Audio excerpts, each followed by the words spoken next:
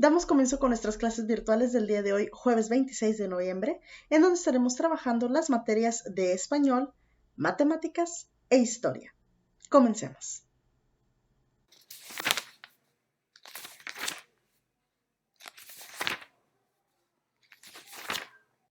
Iniciamos con nuestra clase de español y el día de hoy comenzamos con un nuevo tema y el tema se titula La monografía.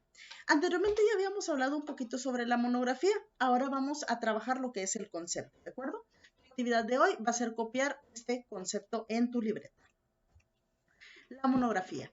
Una monografía es un trabajo escrito que analiza y desarrolla un tema en particular de forma delimitada y precisa. Para elaborarlo, se busca información en varias fuentes y se organiza según el criterio que se elija. Una monografía debe estar organizada en 3 partes. Introducción, plantea el propósito y la estructura del texto. Desarrollo es la exposición del tema. Y conclusión, resume lo expuesto. Esto ya lo habíamos trabajado con la maestra Esmeralda, si lo recuerdas, en una de nuestras sesiones estuvimos trabajando con lo que es la monografía. Entonces, este es el tema que vamos a estar trabajando en las siguientes sesiones, ¿sí? Y aquí es muy importante recordar que la monografía busca información en varias fuentes, ¿sí? Es algo similar a lo que hiciste con tu exposición. ¿Ok?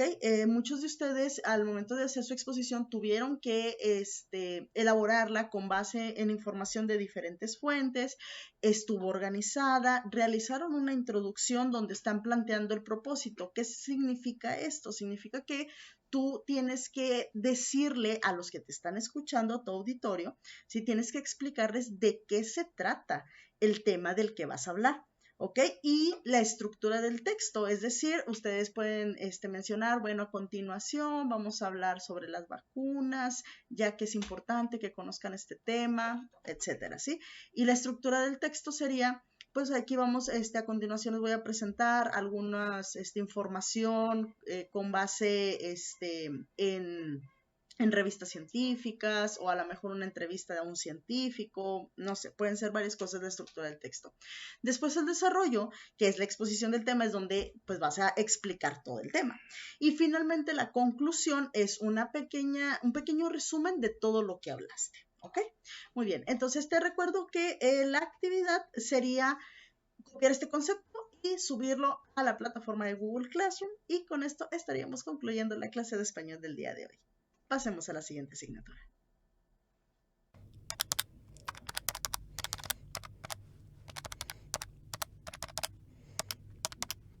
Continuamos con nuestra clase de matemáticas y el día de hoy seguimos trabajando con el tema de números naturales en la recta numérica, pero seguiría la segunda parte. ¿Por qué? Vamos a revisar este concepto. ¿Sí? El día de hoy vamos a copiar el concepto en tu libreta.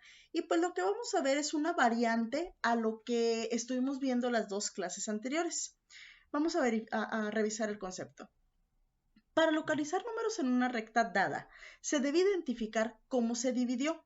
Por ejemplo, tenemos el 12 y el 18. Si te das cuenta, esta recta no inicia en 0 y no es incorrecto no iniciarlo en 0, ¿ok?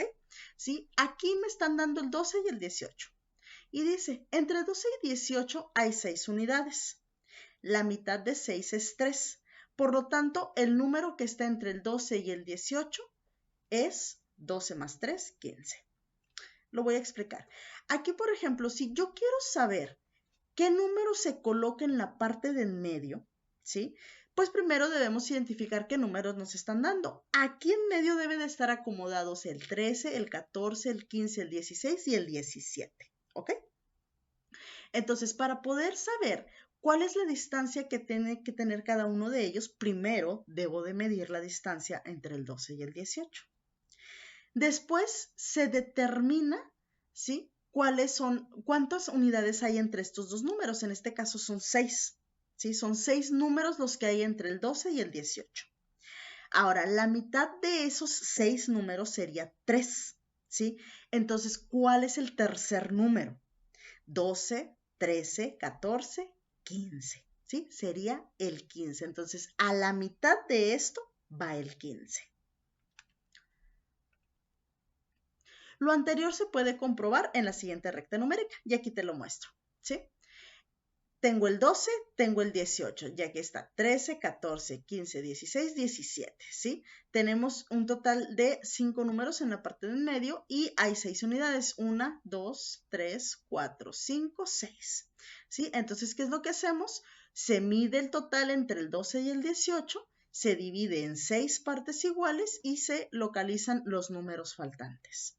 Otra posibilidad es dividir el intervalo de 12 a 18 en 6 partes iguales y conociendo el tamaño de la unidad, ubicar cualquier otro número, ¿sí? Que fue lo que hicimos el día de ayer en la última recta numérica, ¿sí? Que identificamos cuánto hay, el intervalo que hay entre 12 y 18, dividirlo en partes iguales, obviamente tomando su medida, y así poder colocar todos los números. Y así pues ya sabemos, podemos de hecho completar la recta numérica del 12 hacia el 0, ¿sí? O del 18 en adelante. Y aquí te muestro el siguiente ejemplo, ¿sí? Dice, Rosaura pasea en su bicicleta por la pista de un parque que está en línea recta y en su trayecto encuentra varios detalles que llaman su atención. Además, se da cuenta de que algunos metros que se señalaban en la pista se han borrado. Entonces tenemos esta pista que viene siendo una recta numérica. Aquí tenemos a Rosaura en su bicicleta que ella está iniciando en el número 3. Después tenemos a un conejo, a un pájaro, una flor, una ardilla y una abeja. El pájaro se coloca en el número 7 y se nos pregunta, ¿qué se encontró en el metro 5? ¿Cómo vamos a saber dónde está el 5? Aquí es sencillo. ¿Por qué? Porque ya nos está marcando el espacio. Aquí tenemos el número 5. La respuesta sería un conejo, ¿sí? Entonces, si ya sabemos que aquí va el 5, es 3, 5, 7, ¿qué número seguiría? Aquí estamos retomando el contenido de las secuencias numéricas, ¿ok? Entonces, si te fijas, va de 2 en 2. 3, 5, 7, ¿qué seguiría? 9, después 11 y finalmente 13. Excelente, muy bien. Entonces la segunda pregunta nos dice, ¿qué vio Rosaura en el metro 11? Sería la ardilla, ¿sí? Entonces, si te fijas, no todas las rectas tienen que iniciar en 0, ¿sí? Lo importante en una recta es que nos den 2 números, ¿sí? Que nos den 2 números para poder identificar cuál va a ser la distancia entre un número y el otro. ¿De acuerdo?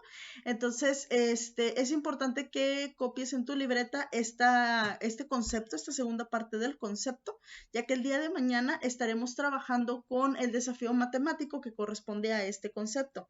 Te recuerdo que el día de mañana tenemos nuestra reunión virtual a las 9 de la mañana y te voy a pedir que tengas a la mano una regla porque la vamos a necesitar para poder contestar el desafío matemático.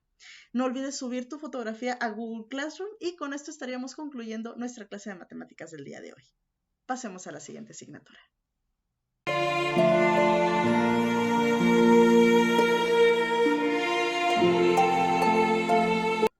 Finalizaremos con nuestra clase de historia y el día de hoy vamos a trabajar con el tema festividades mesoamericanas. Esto se encuentra en tu libro de historia en la página 67. Para esto vamos a realizar un mapa de telaraña con la información que vamos a subrayar.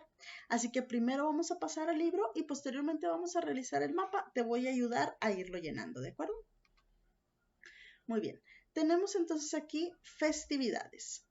Para los mesoamericanos, las fiestas estaban relacionadas con las estaciones del año y con los dioses. Por medio de ciertos festejos trataban de influir en el equilibrio de las fuerzas de la naturaleza. Los mexicas realizaban 3 tipos de fiestas que ofrecían a los dioses del maíz y de la lluvia. La primera se celebraba al inicio de la estación seca, la segunda en la época de siembra y la última en la cosecha.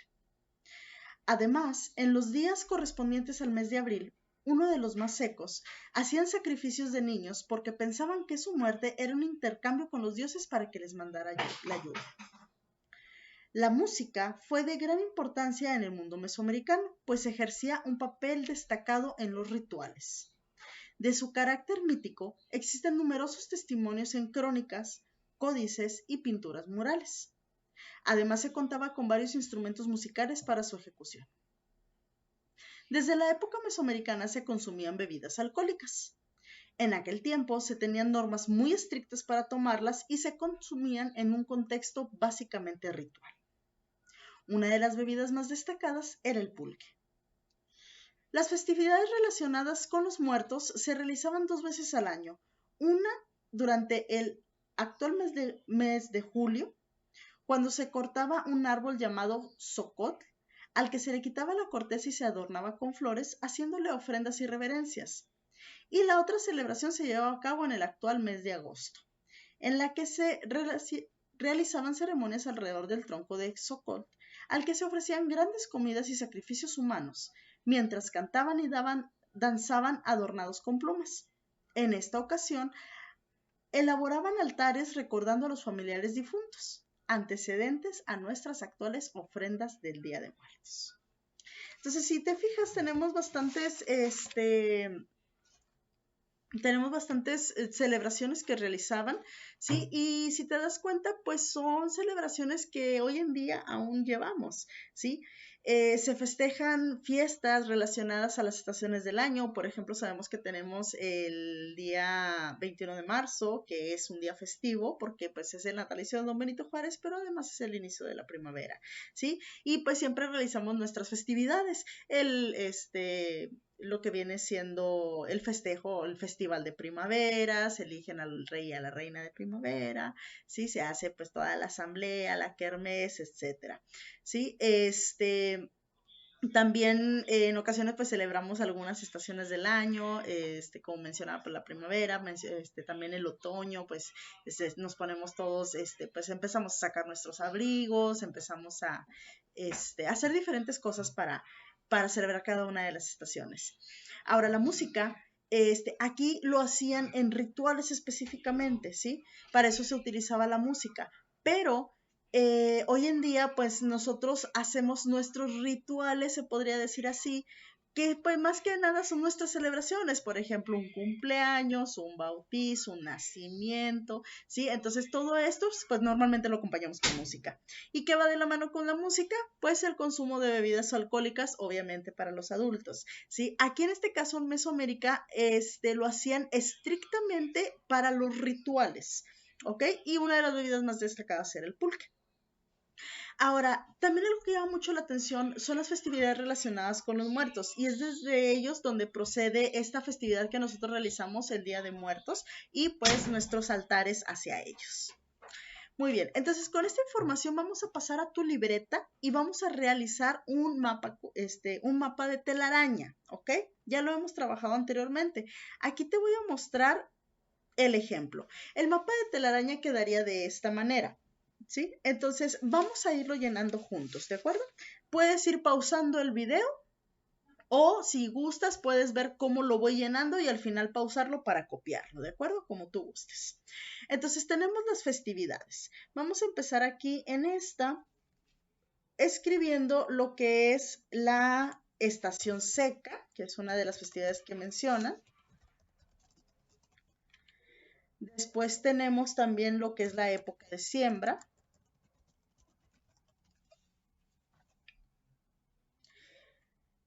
Y tenemos lo que es la cosecha. Además de esto, se realizaba la música. ¿Recuerdas la música en qué se utilizaba específicamente? Lo tienes en tu libro, lo acabas de subrayar. ¿Para qué se utilizaba? Muy bien, para los rituales. Y pues obviamente los rituales iban acompañados de bebidas alcohólicas.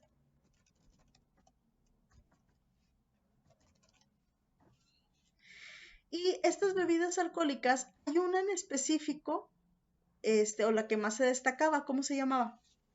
¿Cómo se llama? Porque todavía existe. El pulque. Muy bien. Ahora, aquí en esta parte vamos a, aquí olvidé en la parte de abajo, las festividades están relacionadas con las estaciones del año y festividades.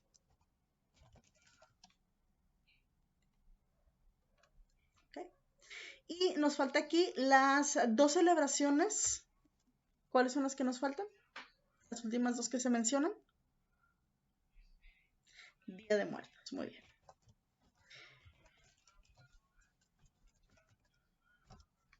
¿Sí? Tenemos dos celebraciones de muertos, ¿recuerdas? ¿O me puedes decir cuándo son? Una de ellas se celebra en julio, perdón. Y la otra se celebra en agosto. Y es la de agosto la que nos da, o de donde procede, el Día de Muertos. ¿Ok? Nos falta algo para completar este mapa. ¿Sí? Es muy sencillo. Nos faltan las líneas. ¿Sí? Las líneas no nos deben de faltar, que conectan todas las ideas. Entonces, aquí, por ejemplo, vamos a empezar a conectar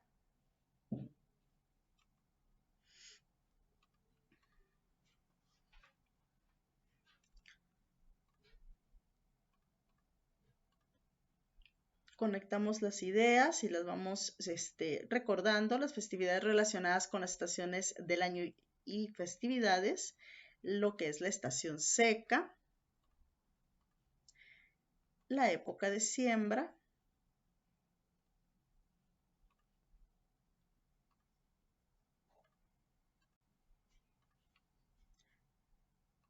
la cosecha,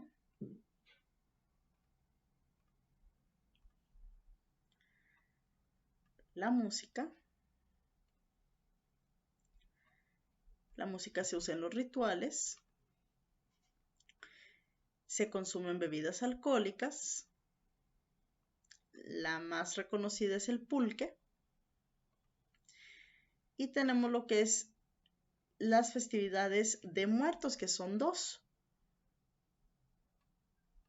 Una de ellas se celebraba en el mes de julio y la otra se celebraba en el mes de agosto, la cual nos da lo que es el Día de Muertos. ¿Okay? Y así nos quedaría lo que es nuestro mapa de telaraña con las ideas principales, y si te fijas es una manera más fácil de recordar las festividades que celebraban los mesoamericanos, ¿sí? Esto te va a servir para estudiar para el examen, ya que es una manera muy sencilla de identificar pues los puntos más importantes, ¿de acuerdo? No olvides tomar fotografía y subirla a la plataforma de Google Classroom, y con esto estaríamos concluyendo nuestra clase de historia. Hemos concluido con las clases virtuales del día de hoy. Agradezco muchísimo tu atención. Recuerda enviar tus evidencias a la plataforma de Google Classroom y no olvides quedarte en casa. Nos vemos el día de mañana.